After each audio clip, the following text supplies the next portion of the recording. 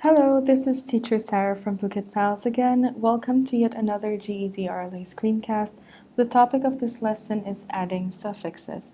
If you find this video useful, please hit the subscribe button below. It helps us help more people like you. And let's dive right in with a vocabulary refresher. Suffix.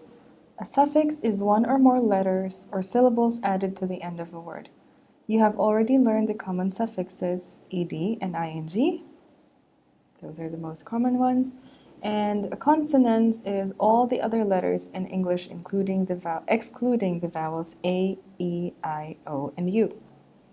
A vowel then is everything else besides the consonants, which are a, e, I, o, and u. A syllable is a part of a word that contains a single vowel sound and that is pronounced as a unit. So, for example, book has one syllable and reading has two syllables. If you can separate the word into two sounds, read-ing. Reading has two syllables. A base word then is the part of the word that cannot be broken down is called a base word, also known as a root word. The base word gives the word its basic meaning, to which you can add a suffix to or a prefix even. We'll discuss that another time. Here are the rules on how to properly add the suffixes. When a word ends in a consonant and the suffix begins with a consonant, just add the suffix. So, fear plus full is fearful. Mind plus less is mindless. As simple as that is. However, how do you know whether you're supposed to add full or less or anything else? Sometimes you're just going to have to know exactly what you're trying to say and what you're trying to mean. So fearful, obviously, is someone who has a lot of fears or is very afraid, and someone who's mindless has less of a mind or is not paying too much mind or too much attention to whatever he or she is doing. When a word ends with the letter E and the suffix begins with a consonant, just add the suffix care plus full or sense plus less, senseless. Exceptions include truly, argument, ninth, wholly, and judgment. When a word ends with the letter E and the suffix begins with a vowel, just drop the final E. So for the word valuable, just drop the last E and add the word able, valuable. Confuse plus ION to make confusion, drop the E, add the ION, and there you have a new word. Words that end in CE or GE are often exceptions to this rule. For example, advantageous, replaceable, courageous, and noticeable. Fourth rule is to add an ly and ne or ness without changing the spelling of the main word.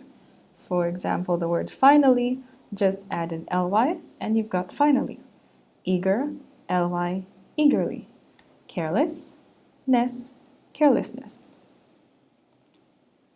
If a word ends with Y following a consonant, change Y to I before adding a suffix. Silly, instead of just adding the ER there, take away the Y, replace it with an I, then add the ER. Silly plus is sillier. Fortieth, change the Y, make it to an I, add the ETH. Don't change the Y before adding ing, however. So if you've got cry, that becomes crying. If a word ends in Y, following a vowel, do not change the Y, however. Pay plus ment is payment. Annoy plus ed is annoyed.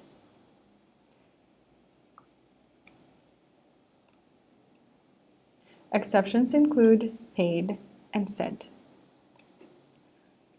Let's try out some activities to see if this is clear to you. Medical technology is so far advanced that it's possible for a team of surgeons to operate on an unborn baby without removing it from the mother's body? I'll give you a second to figure that out.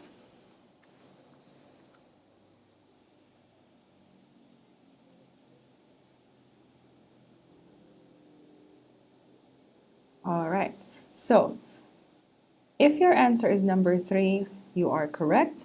The word here is without a space, because that's how the word is supposedly written, and without is just not the way that it is written.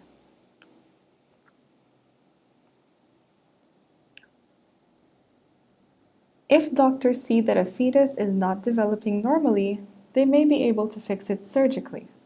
What correction should be made to this sentence? Change the spelling of developing to developing. Change the subject of normally to normally with a double L. Remove the comma after normally. Change the spelling of surgically to surgically. Or no correction is necessary. I'll give you a second.